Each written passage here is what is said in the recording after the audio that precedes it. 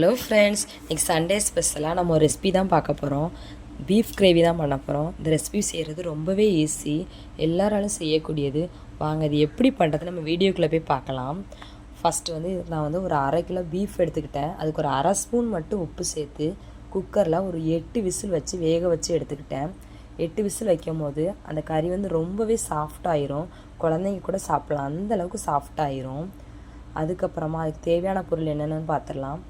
1/4 spoon சீரகம், 1/4 spoon கடுகு, 1/4 spoon சோம்பு, மல்லித்தலை கொஞ்சம் அதிகமாகவே நான் எடுத்துக்கிட்டேன்.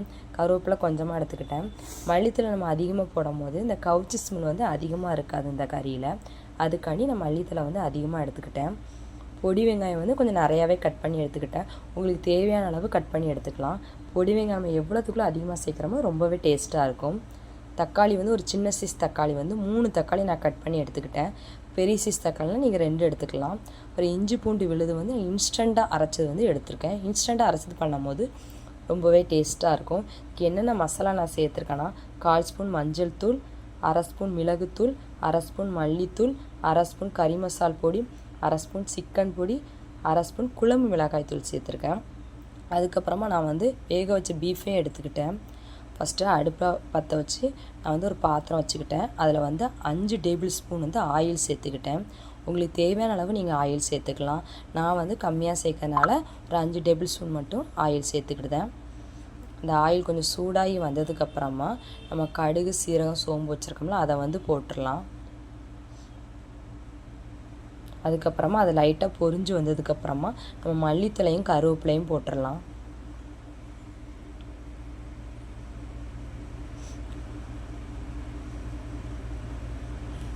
இதுவும் லைட்டாக கொஞ்சம் வதங்கி வந்ததுக்கப்புறமா நம்ம கட் பண்ணி வச்சுருக்க வெங்காயத்தை ஃபுல்லாக போட்டுடலாம்.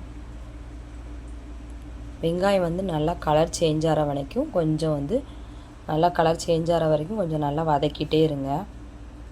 லைட்டாக ப்ரௌன் கலராக வந்தால் போதும், ரொம்ப கலர் சேஞ்ச் ஆக வேண்டாம், இல்லைனா பச்சை வாசனை வரும். அதுக்காண்டி தான் லைட்டாக கலர் சேஞ்ச் ஆகிற வரைக்கும் நீங்கள் வதக்கிட்டே இருங்க. இது நல்லா வதங்கினதுக்கப்புறமா நம்ம கட் பண்ணி வச்சுருக்க தக்காளியை போட்டுடலாம். இந்த ஸ்டேஜில் உங்களுக்கு ஒருவேளை ஆயில் தேவைப்பட்டால் கூட 1 ஸ்பூன் ஆயில் ஊற்றிக்கலாம்.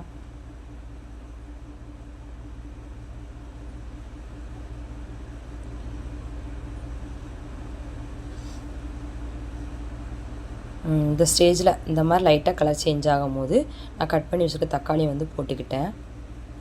அதையுமே நல்லா தக்காளி நல்லா மசிஞ்சு வர்ற அளவுக்கும் நம்ம நல்லா கைவிடாமல் கிளறிக்கிட்டே இருக்கலாம்.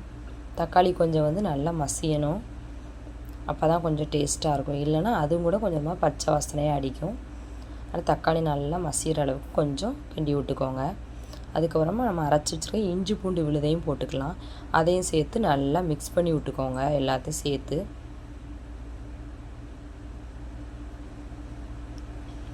இது நல்லா மிக்ஸ் பண்ணி அதுக்கப்புறமா வேக வச்சு வச்சுருக்கோம்ல பீஃப், அதையும் இதோடு சேர்த்து போட்டுக்கலாம்.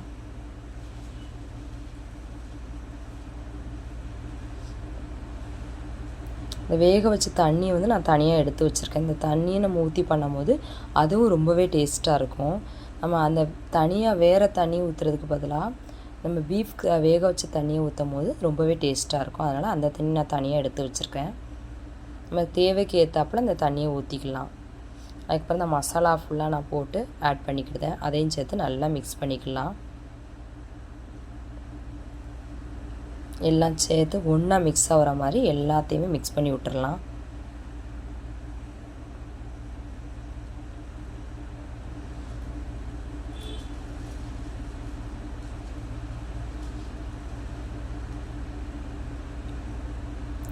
இப்போ தேவைக்கு ஏற்றாப்புல நம்ம வேக வச்சு எடுத்து வச்ச தண்ணியை கொஞ்சம் ஊற்றிக்கலாம்.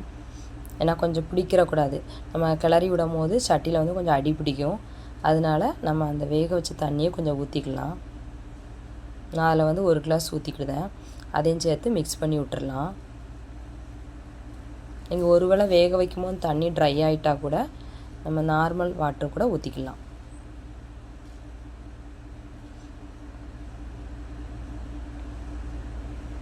இப்போ நல்லா இது கொதித்து வரட்டும். நம்மளுக்கு கிரேவி பதத்துக்கு வந்ததுக்கப்புறமா நமக்கு எப்படி இருக்குன்னு பார்க்கலாம். இந்த கிரேவி நம்ம ஒயிட் ரைஸ்க்கும் சப்பாத்திக்கும் வச்சு சாப்பிடும் போது ரொம்பவே டேஸ்ட்டாக இருக்கும், அல்டிமேட்டாக இருக்கும். நீங்களே ட்ரை பண்ணி பாருங்கள். கிரேவி ரெடி ஆகிட்டு நாங்கள் சாப்பிட போகிறோம் ஃப்ரெண்ட்ஸ். பாய். நீங்களும் ட்ரை பண்ணி பாருங்கள் எப்படி இருக்குன்னு கமெண்டில் சொல்லுங்கள். தேங்க்யூ.